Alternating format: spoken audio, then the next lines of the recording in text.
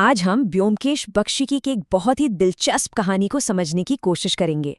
ये एक ऐसी कहानी है जिसमें विज्ञान, लालच और त्रासदी सब कुछ एक साथ बुना हुआ है। सोचिए, क्या सच में एक मामूली सी माचिस की तीली किसी की जान ले सकती है, वो भी पल भर में, और पीछे कोई सुराख तक न छोड़े? यही वो पेचीदा सवाल है जो इस कहानी के जड़ में है। तो चलिए देखते हैं कि आखिर मामला है क्या। तो कहानी शुरू होती है एक बहुत ही चौंकाने वाली मौत से। एक जवान लड़की जिसका नाम था रेखा, उसकी अचानक हुई मौत ने सबको हिलाकर रख दिया था। जब उसे देखा गया तो वो रसोई में थी, एक कोयले के चूल्हे पर झुकी हुई, जो कि जला हुआ भी नहीं था, और उसके हाथ में एक जली हुई माचिस की तीली थी। ऐसा लग रहा था मानो वो बस चूल्हा जलाने ही जा रही थी, और बस उसी पल उसकी मौत हो गई। इतनी खामोशी से, इतनी जल्दी कि किसी को भनक तक नहीं लगी। अब जब जांच शुरू हुई तो मामला सुलझने की जगह और भी ज्यादा उलझ गया। वजह? पुलिस के हाथ लगे दो सुराग जो एक दूसरे से बिल्कुल ही अलग बातें कह रहे थे। पहला सुराग रेखा के तकिए के नीचे से मिला एक खत था।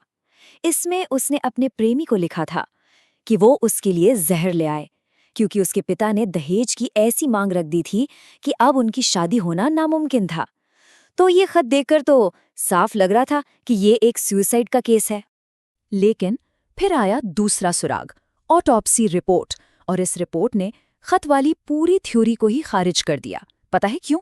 क्योंकि रिपोर्ट में साफ साफ लिखा था कि रेखा के शरीर में जहर का एक कतरा भी नहीं मिला, कुछ भी नहीं। और फिर इस केस में एक और मोड़ आता है, पैसों का। पता चलता है कि रेखा के पिता ने अपनी पत्नी के साथ एक जॉइंट लाइफ इंश्योरेंस पॉलिसी करवा रखी थी, 50,000 रुपए की, और शर्त ये थी कि दोनों में से अगर किसी एक की मौत हो जाती है तो जिंदा बचे पार्टनर को सारे पैसे मिलेंगे। तो अब हमारे पास क्या है? एक खत जो कहता है सुसाइड है, एक रिपोर्ट जो कहती है जहर नहीं है, और एक 50,000 की बीमा पॉलिसी। इन सब ने मिलकर शक की सुई को परिवार के ही लोगों की तरफ घुमा दिया। तो दो लोग खास तौर पर शक के दायरे में आए। पहले थे डॉक्टर रुद्र। रेखा की शादी इन्हीं के बेटे से होने वाली थी, पर दहेज की वजह से टूट गई, तो हो सकता है वो बदला लेना चाहते हों। और दूसरी थी रेखा की सौतेली माँ। सुना है कि सौतेले बच्चों से उनकी कुछ खास बनती नहीं थी। तो पुलिस की जांच एक तरह से ठप पड़ चुकी थी। लेकिन तभी इस कहानी में एक और खौफनाक मोड़ आया, एक ऐसा मोड़ जिसने पूरे केस की दिशा ही बदल दी। रेखा का भाई हाबुल, जो अपनी बहन की मौत से पहले ही बहुत दुखी था, उसकी लाश एक पार्क की बेंच पर मिलती है, और जिस तरह से उसकी मौत हुई थी वो इतना ज्यादा रेखा की मौत जैसा था कि सबके होश उड़ गए। मतलब तरीका एकदम वही था। रेखा चूल्हा जलाते हुए मारी गई थी, और हाबुल सिगरेट जलाते हुए। दोनों के हाथ में माचिस की डिब्बी। दोनों की मौत पलक झपकते ही हुई, और दोनों की रिपोर्ट में जहर का कोई निशान नहीं।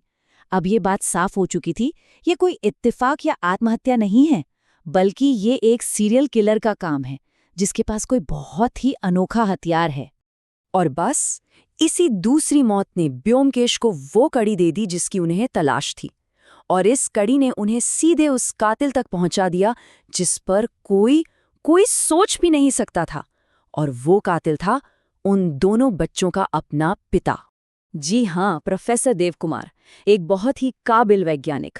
उन्होंने अपना जुर्म कबूल कर लिया, और जब उन्होंने अपनी कहानी बताई तो सामने आई एक ऐसी दास्तां जिसमें बड़ा बनने की चाहत थी, नफरत थी, और एक ऐसा शैतानी दिमाग था जिसने एक भयानक चीज बना डाली थी। तो प्रोफेसर का प्लान क्या था? देखिए कितना शातिर था। उन्होंने एक नया जहर बनाया, एक ऐसा जहर जो जलने पर एक नर्व गैस में बदल जाता था, जो पल भर में नर्वस सिस्टम को पैरालाइज कर देती थी।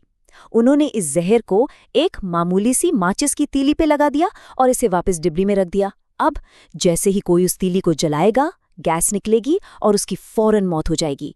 और सबसे बड़ी बात, शरीर में जहर का कोई निशान, कुछ भी नहीं बचेगा। मतलब एकदम परफेक्ट मर्डर। लेकिन इस कहानी की सबसे बड़ी ट्रेजेडी यही है, प्रोफेसर का ये परफेक्ट प्लान उन्हीं पर उल्टा पड़ गया।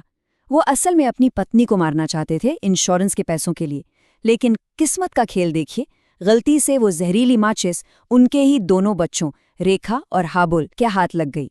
वही दो लोग जिन्हें वो शायद दुनिया में सबसे ज्यादा प्यार करते थे। तो ये पूरा केस तो सुलझ गया, लेकिन जाते जाते ये कहानी हमें एक बहुत गहरे सवाल के पास छोड़ जाती है, बनाने और बिगाड़ने के, मतलब सृजन और विनाश के रिश्ते पर। ब्योमकेश भी आखिर में यही सोचते हैं कि जिस दिन इंसान ने दूसरों को तबाह करने के लिए हथियार बनाए थे, उसी दिन उसने अपनी तबाही की कहानी भी लिख दी थी। प्रोफेसर के साथ भी तो यही हुआ, उनका बनाया हुआ हथियार उन्हीं को खा गया, उनकी पूरी दुनिया को खत्म कर गया। तो ये कहानी हमें इसी सवाल के साथ छोड़ जाती है कि नफरत की कोख से जन्मा कोई आविष्कार आखिर अपने बनाने वाले से क्या कीमत वसूलता है, और जीनियस होने और हैवान बन जाने के बीच आखिर कितना सा फासला होता है।